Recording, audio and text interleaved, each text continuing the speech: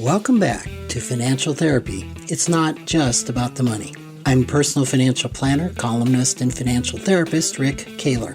Research tells us that 90% of all financial decisions are made emotionally, not logically. For nearly 4 decades, I've been helping people make better money decisions. So what makes my financial worldview different from most financial experts? I blend the nuts and bolts of financial advice with the emotions that drive making them. Good money decisions are not just about the money. So let's get started with today's episode. Welcome back. And last week we were talking about doing your own work and how do you know when anyone has done their own work? And that's what we couldn't answer as this group of pioneers. It's something that, for example, I've recently become certified as an IFS practitioner. Yeah. And the one thing that struck me in the 250 hours that you had to show that you met with people and the different levels of training, et cetera, et cetera, et cetera, there was nothing in that program that required the practitioner or therapist to actually do their own IFS therapy. Okay. And now in doing this with people, I am so struck that in about 50% of the cases when I'm working with somebody, that the things that are presented are not taught in any training. There are things that I encountered in the 6 years I've been doing this for myself in my weekly sessions that, I've been there. I get this. I can be with this, to where in the trainings they weren't covered, whatever. And so there's no answers here. And I think it's so important that we're consumers of what we're professing. So this is, how I was trained. I was trained at Naropa University in the 90s, from 1994 to 1998, in somatic psychotherapy. And my God, did we have to do our own work? We had to be in our own therapy. We had to be in our own group therapy. We had to be leading groups. We had to be working on our shadow stuff. We had to be, right? So that was why I chose that program. It was the only program for me. It was the first time education made sense to me. Was actually going to this alternative graduate school and doing experiential learning, but we had to be our own case studies. That's my wording. We had to do our own work. And the professors, the teachers were watching us in class. We were facilitating each other over and over and over in different, in somatic and movement-based therapy, right? So, that's what I'm steeped in. That's where I come from. I really relate with that because I remember when we first started doing the financial therapy workshops at Onsite, and I was walking with Ted Klontz, who is my co-facilitator.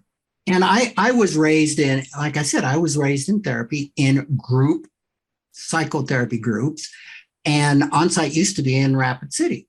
So that's what I was used to. And those therapists, one of their requirements was you had to do your own work. You had to have taken so many courses as a participant.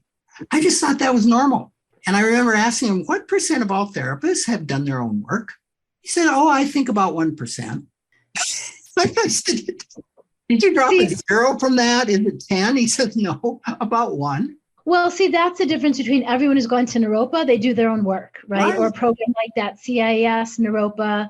If you go to a more academic or research-based, theoretical-based counseling program, you may not be required. I don't know, I just know that it was required of us. It was what we were doing. How could we facilitate others if we were not doing our own work? But again, I think it could even come back to the Enneagram though, because Enneagram 4 over here needs experiential, right? That's the kind of training I needed to do my own work, needed to learn like in the trenches. I needed to just start doing that in the small groups, right? Right. Where other people, Enneagram 1s maybe? Enneagram 1s are, my sister she's a therapist. She does a lot of training and extra training. It's amazing. Like she's always doing extra trainings on marriage and family, on addiction. And I'm just more like intuiting, I'm doing the work with everyone, have been for years. And then I go read my novels and memoirs. And then I learn from that. So I think we learn in different ways, right? And then we would all have different checklists of what does it mean to be proficient? Because for me, right, it would be my 3-phase methodology. It would be knowing the money emotions that come up for you, learning somatic tools on how to work with those money emotions, knowing your money story. Not that you're done with it. I learned something new a year ago about my money story, which I could share. But learning where you still need to forgive, what you're still holding on to, learning fun tools like money rituals. What are they? And then moving into the practical, learning a bookkeeping system. Yes, tracking, whether you're doing it or you have a bookkeeper by your side, renaming your categories that are values-based. Like a financial planner, that wouldn't be on their proficiency checklist. On mine, it would be, what are your values? Or it might be, what are your values? And then let's rename your bookkeeping category so they honor, set intention, are fun, creative, way of doing bookkeeping, and on and on. Do you know how to do a budget, which, none of us call it that anymore, spending plan, money map.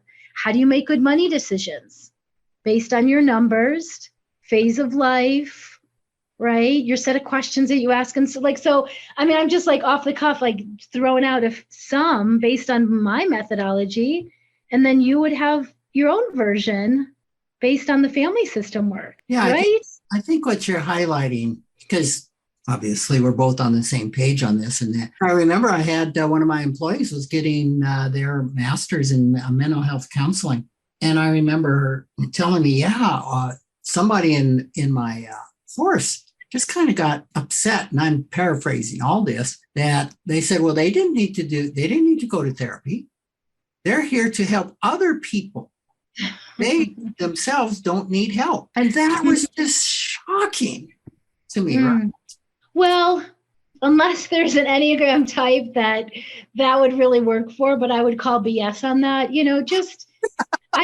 I had someone come to me who was a financial planner, and she was more, in her mind, money and numbers were more black and white, spreadsheets. She was on Wall Street, right? It was more matter of fact to her.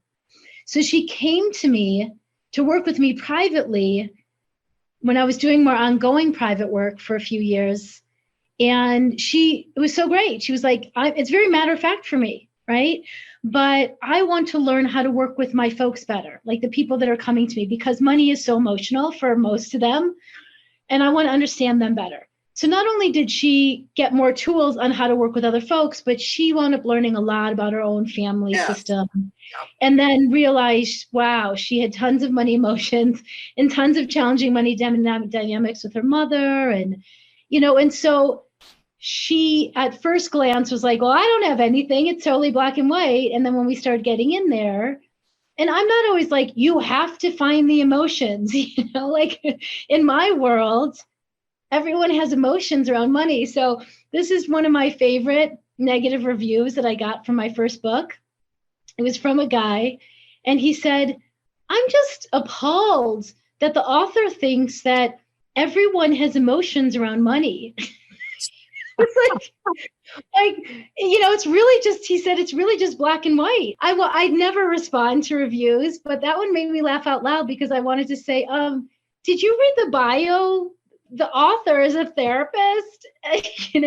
Therapists deal with emotions. Humans have emotions. So that was one of my favorite. Like, he just was appalled that the author thought everyone had money emotions or some negative money emotions. And I think everyone has some negative money emotions and hopefully some positive too, That anyway. Was 20 years ago, that could have been me. I think maybe 30. Yeah. I remember when my coach said, okay, Rick, just take a deep breath here. What sensation in your body is up for you? I'm like, what? What language sensation is happening in your body? And I'm like, what? Well, Rick, we're trying to find the feeling, and feelings start with a sensation. I'm like, what are you talking about? My body has no sensations. In fact, I don't have many feelings. And for me, the goal was not to have feelings. It was to be flatline. So I totally can relate with somebody's that's like, what are the feelings about? There's no feelings here. I just wanted to know how to do my work better. I want to learn all these tools that you talk about so I can help other people, but I don't need them myself. Yeah, I would say no. Although, I mean, my God, there's tons of people who teach like that and do money management work. Like, here's how you pay down credit card debt. Mm-hmm. Here's how you invest. Here's how you live within your means. End of story. Like Right, there are right. tons of books and teachings out there on just that, right? So, And I think there's a reasonable amount of evidence. I would call that financial literacy, and a reasonable amount of evidence that financial literacy in and of itself is not successful because we don't need more information. well, some people do, some people that are more creative minded, like I was growing up a dancer, then became a therapist and was like, oh, I can't use the other side of my brain. There were a lot of financial literacy things and practical money management tools, like just learning a tracking system and doing it by myself, and feeling really empowered, learning how to read my, reports and learn cash flow and the whole thing. Like all of that was the practical bits that I did need more information, but I only needed it from someone who was a compassionate, loving teacher. And, as I would say, learning a bookkeeping system, I would stop for chocolate breaks. Learning a bookkeeping system, I would stop for like crying breaks. I don't know if it was literal, but like that when I remember back, that's how I remember how intense it was for me and how scary and vulnerable. Yeah. So that was my exact question was, okay, but what emotional work preceded you being able to receive the information and being able to hear it and being able to apply it? And I think you just answered that. It had to be integrated. Yes. We kind of go off the rails with, okay, let me show you how mutual fund works. Let me show you how this, it's real simple. You need to spend less than comes in. Yeah. So go forth and do it. Right. So it's that integration that the integration of emotional literacy and somatic. Emotional literacy and financial literacy, right? I was going to say somatic. Somatic literacy is in there for me with the emotional. It's a real part of it. And maybe that's Gail Coleman that I referred to just recently released the book, Somatic Finance, just a culmination of her 20 years. And I remember Gail from that first Nasruddin cartwheel. Right. Yeah. Yeah, I met her. Yes. Mm-hmm. So, you're a huge pioneer area. I mean, somatic, that was more bleeding edge than financial therapy.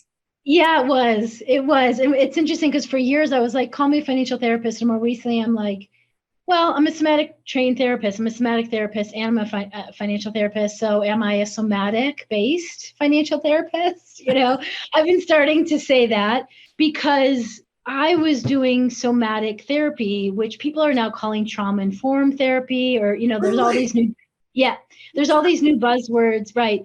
But somatic therapy was, and I'm sure there's an origin before somatic therapy, right?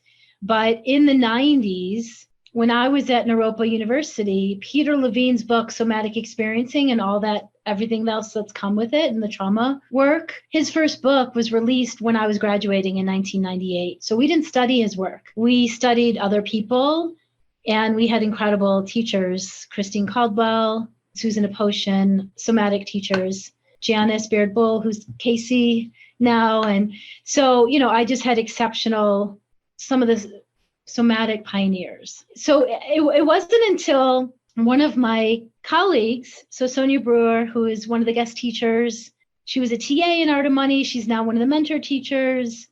She's a somatic therapist and trauma therapist. She gave me a testimonial. And it's always interesting when people give you a testimonial because sometimes they tell you things about yourself that you didn't know or you didn't have worded, you couldn't articulate yet. And she said in her testimonial that I've been doing trauma-informed work before it was called trauma-informed work.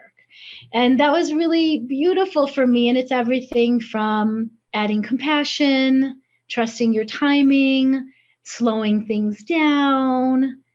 There's lots of different things that are that in the trauma-informed world that were part of my somatic training. Mm-hmm. You're not behind, all these things. I used to call them my side teachings or my core teachings, and they're now I have all these small little teachings that are what people are now calling trauma-informed work. Yeah. So I don't know, somatic-based financial therapist. I don't know. How about, I think I'm the mother of that. I think I'm the mother of somatic-based financial therapy, right? So do we want to go here? Like this whole thing of in the field right now, in the financial therapy field, there is the Financial Therapy Association that is trying to certify, have the umbrella on this work. And what do you think is best? I'm going to ask you to say publicly, right? Because there's some of us that were obviously using financial therapy before that came to be. There's now this entity. There's lots of money coaches, financial coaches out there, people I've been collaborating with and referring to for years. What is my question? Where do you see the financial therapy field going? Given that I'm doing this mentor program now, so I'm doing my piece, then there's FDA, there's other people doing their piece. Yeah, it's somewhat bifurcated. And in fact, tell me what word did you just use? Bifurcated. What does that mean? All chopped up. All chopped up. Okay. Actions, right? Mm-hmm. And this weekend I was working on a chapter in a book it's being published, I think, out of New Zealand, and it's talking about various applications of IFS. Mm-hmm. Mine, of course, is on IFS financial therapy. And the question came down to, what do you look for in a financial therapist or somebody who says they're doing IFS financial therapy? And it encompasses the conversation we just had, is how do you screen, how do you vet as the consumer for someone who's done their own work, for someone who has been a consumer of what they're in front of purporting to you. I think it's so important. And I'm not going to come up with an answer because, we get organizations start usually with this wonderful mission in mind to really do good. And at some point in time in the life of the organization becomes more important than the original mission. And that is in government. I mean, that is systemic, I think, in the human experience. So oftentimes the whole focus can kind of change from what's really, really good. What are we trying to approach? And so I don't know that we're going to come up with an answer. And this is really difficult for consumers. As I write to them, how do you find a Bari Tessler? How do you find somebody that has sat in the seat, who has dealt with not all, but what they know of their money issues, that has been there and done that, right? Yeah. And I think that practitioner, that professional is worth their weight in gold. Hence what you're doing for these people in your program, right? Yeah. Been there, done that, and ongoingly doing that. Yes. And that's very important because it doesn't stop. You were talking about learning about some of your own money issues recently. I ran into one of mine, which I thought was long dealt with, which is you've got to work hard for money. And I was doing some of my own IFS therapy, and I ran into that like, OMG, there it is. Yeah. So do you want to share how that's showing up a little bit, and what's shifting, or what you're doing to shift yourself out of it? Yeah, I would have to really settle into a part of myself because it was really nuanced. Man, I'd have to really get back into that space to get really in touch with the nuance of you've got to work hard. I've been dealing with my whole system around being productive, and parts of myself that are productive, and parts of myself that feel they have to say yes anytime somebody says, "Oh, I love what you're doing. Would you do this?" Okay, which comes from a really vulnerable part that feels that it's not worthy. That, oh my God, somebody's seeing me. Right? And all the stuff that, I've been working on this stuff for 30 years, right? But it doesn't mean It just means it's a spiral. That's how I look at it. And I'm kind of back in the same place in the spiral. I'm just 2 levels deeper. Yeah.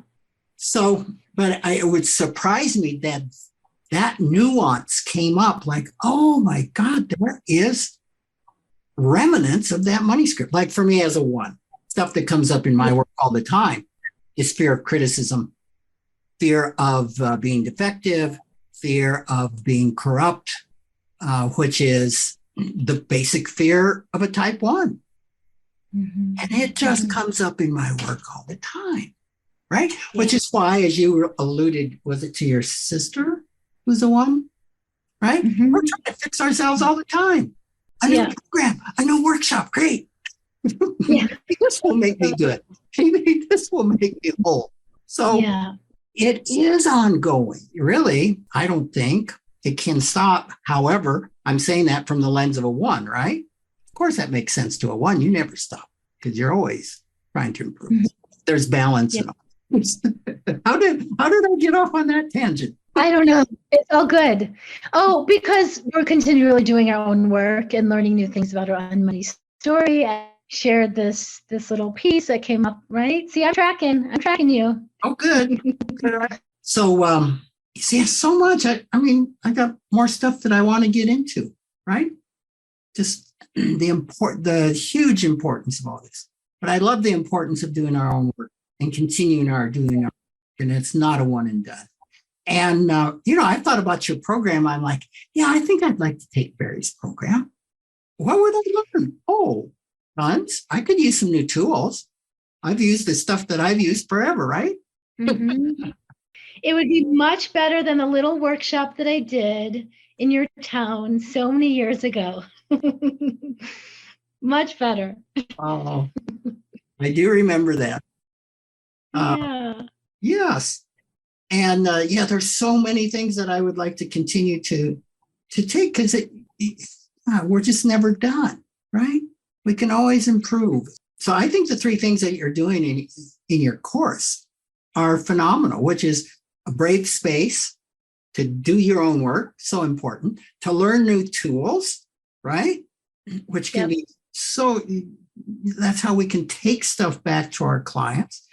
And then we didn't even get into supporting and creating a more sustainable business, which you now can have those talks as a professional when you've looked at your own money stuff, right?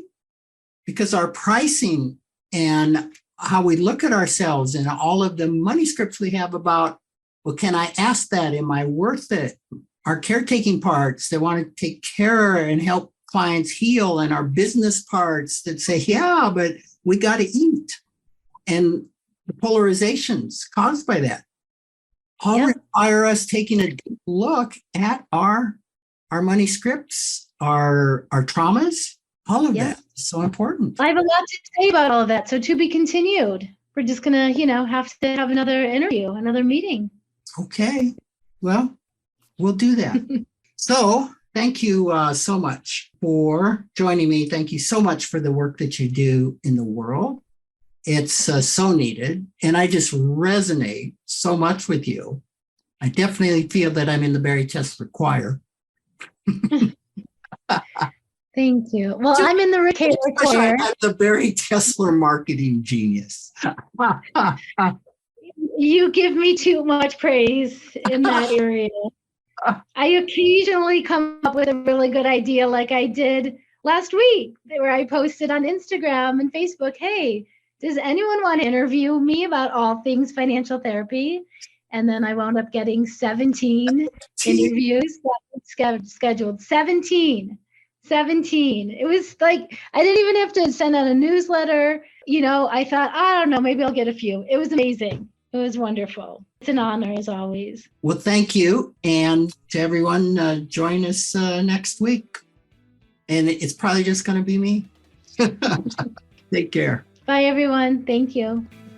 Thanks for joining me, Rick Kahler, for another episode of Financial Therapy. It's not just about the money. This is where I combine the nuts and bolts of financial advice with the emotions that drive making them. Remember, every financial behavior, whether it appears illogical to you or others, makes perfect sense when we understand the underlying beliefs, feelings, and thoughts. Sign up for my weekly blog at financialawakenings.com.